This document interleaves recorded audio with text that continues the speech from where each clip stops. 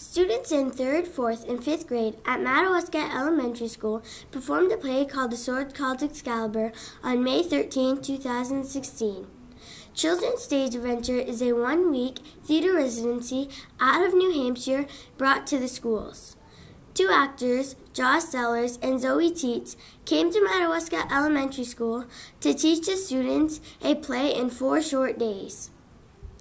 MES invites Children's Stage Adventures to teach the students and allow them to experience fine arts, music, and theater. Miss Missy Morno, the RTI teacher, organized this event, which has been taking place at MES for almost a decade. The auditions were on May 9. Students got their parts, and the actors rehearsed for the play on May 9, 10, 11, and 12. On May 13 at 1:00 p.m., all elementary students attended the production, and at 6:00 p.m., parents, family members, and people of the community were able to attend the show.